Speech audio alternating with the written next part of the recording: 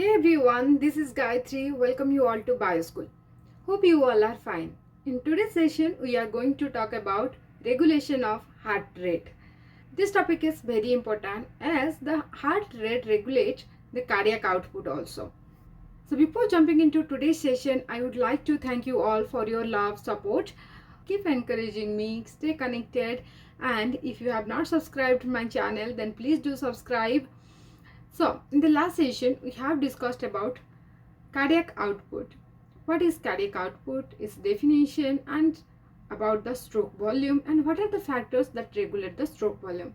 In details about the preload, contractility, and afterload. If you missed that video, then you will get the link in the description box of this video and suggested video above. So please look into that video too. So let's start today's session and know more about the heart rate and its regulation. Regulation of heart rate. So first, the question is, what is heart rate? Heart rate is the number of heartbeats per minute is known as the heart rate. Heart rate, it affects the cardiac output. As cardiac output, it is calculated by multiplying the stroke volume and heart rate. So the factors that affecting the stroke volume and heart rate that ultimately affects the cardiac output. And the unit for stroke volume is milliliter per beat. That means the stroke volume is the amount of blood that is ejected by ventricles per beat is known as the stroke volume. And heart rate, as I told you before, that it is the number of beats per minute. So what will be the unit of cardiac output? It is the ml per minute. That means the amount of blood that is ejected per minute is known as the cardiac output. So now think about what really produces the rhythmic heartbeat. That is produced by sinoatrial node. You know, the human heart, it is a myogenic heart. That means its beating, it is regulated by the muscles. SA node, it is the pacemaker cell, or it is a specialized muscle from where the action potential is generated and that is transported throughout the heart, and it at last produces the muscle contractility and a rhythmic heart rate. So in normal adult, heart rate is 60 to 80 beats per minute. Okay, I can write it as HR for heart rate, right? So in normal adult, heart rate is 60 to 80 beats per minute. So what is tachycardia? Tachycardia is when the heart beats more than 100 times per minute. That is known as the tachycardia. Okay, this one is the normal heart rate. If the heart rate it is more than 100 beats per minute, then that is called the tachycardia. Then next one is the bradycardia. Then what is bradycardia? Bradycardia is that when heart rate it is less than 60 beats per minute is known as bradycardia. Now we'll see what are the factors that regulate the heart rate. The first is sympathetic nervous system. Sympathetic nervous system, it releases the hormone. That hormone is known as the epinephrine and norepinephrine. These hormones, it will bind to their receptor. And what is this receptor name? The receptor name is beta adrenergic receptor. Okay, beta adrenergic receptor. And this receptor, it is a GPCR. GPCR means G protein coupled receptor. Think this one is the GPCR. So when the receptor it binds to the hormone is epinephrine or the norepinephrine, then what will happen? The G protein, it has the three subunits like alpha, beta and gamma, and it is initially attached with the GDP. So when GDP it is replaced with the GTP, it is replaced with GTP, then only alpha subunit it is attached and beta and gamma subunit they are separated, right?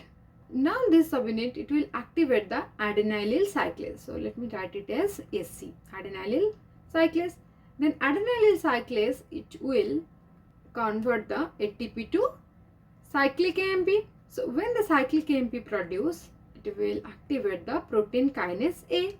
This protein kinase A, it will phosphorylate the calcium channel. What it will do?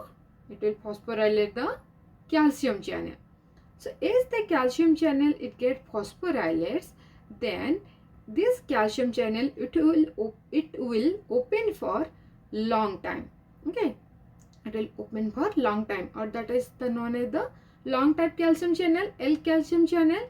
Okay, then when the calcium it enters, then that will increase the contractility or the heart rate, and it will increase the contractility as well as the heart rate. I am getting it as HR. The next spectrum, it is parasympathetic nervous system. Parasympathetic nervous system, it secretes the hormone, or it releases the hormone that is known as acetylcholine. Acetylcholine and its receptor is known as the muscarinic receptor. Muscarinic receptor, this is also a GPCR, G protein coupled receptor. So when acetylcholine it binds to its receptor, similarly what will happen? GDP is replaced by GTP, then the alpha subunit it will separate from the beta and gamma subunit, right?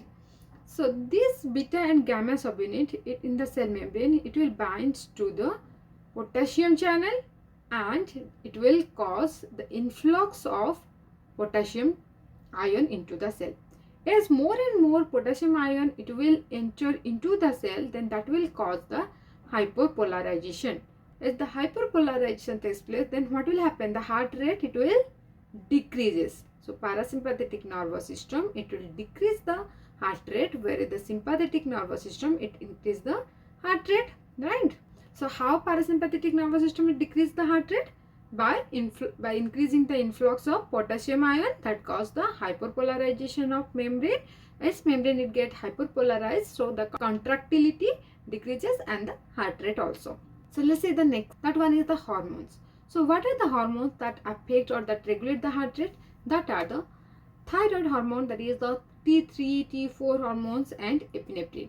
Epinephrine is the hormone. It is secreted by adrenal medulla during the time of excitement, stress. Okay, so both these hormones they increase the heart rate. Next is body temperature. This one is very important. So body temperature it also regulates the heart rate. If the body temperature it is higher, okay, if body temperature is more, if during the time of strenuous exercise or in case of the fever, at that time heart rate it increases. How the heart rate it increases? Because the SA node it get depolarized and it transfer the impulses more quickly, that result in increase in the body temperature, also heart rate. As the heart rate it increases, so BMR, basal metabolic rate, it will also increase.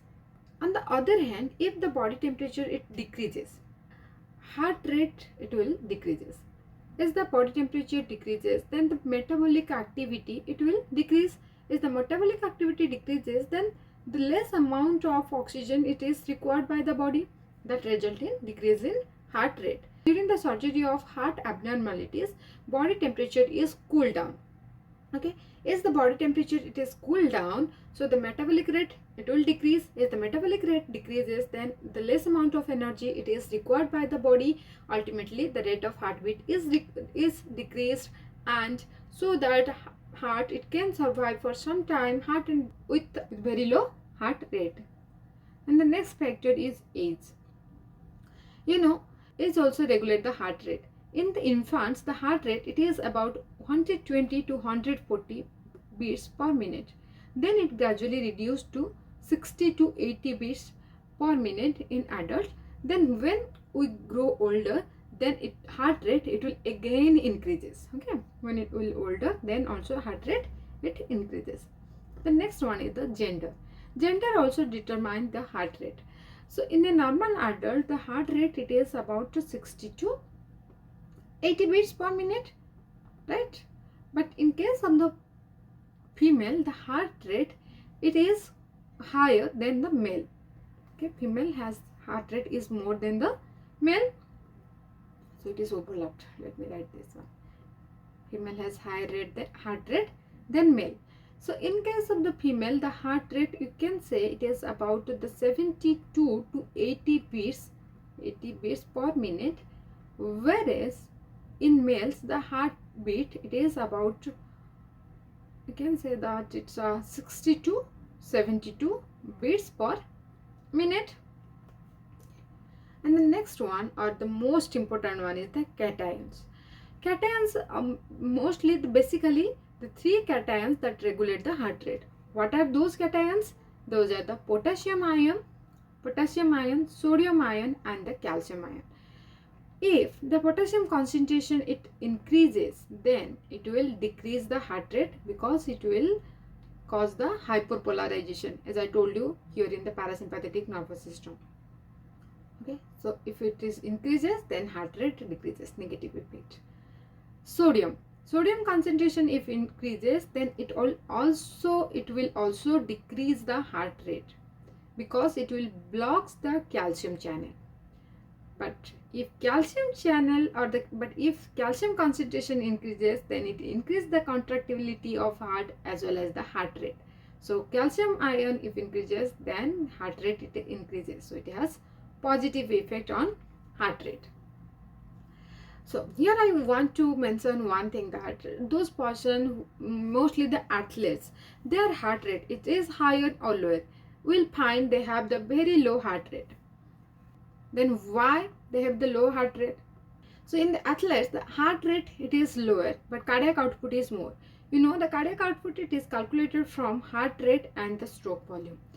Their stroke volume is more. In athletes, the stroke volume is more because their myocardium or the myocardial muscle is very strong. They have the strong contractility. It get more volume of blood per beat. As the stroke volume is more, so and heart rate is lower, but their cardiac output is more. So let's see the last factor that regulates the heart rate. That is the chemoreceptor. Chemoreceptors are the sensory neurons. They actually sense the oxygen and carbon dioxide concentration. When the oxygen concentration it drops and carbon dioxide concentration it increases, then at that time the chemoreceptor it will get activated. Okay, so now the question is where the chemoreceptors are present.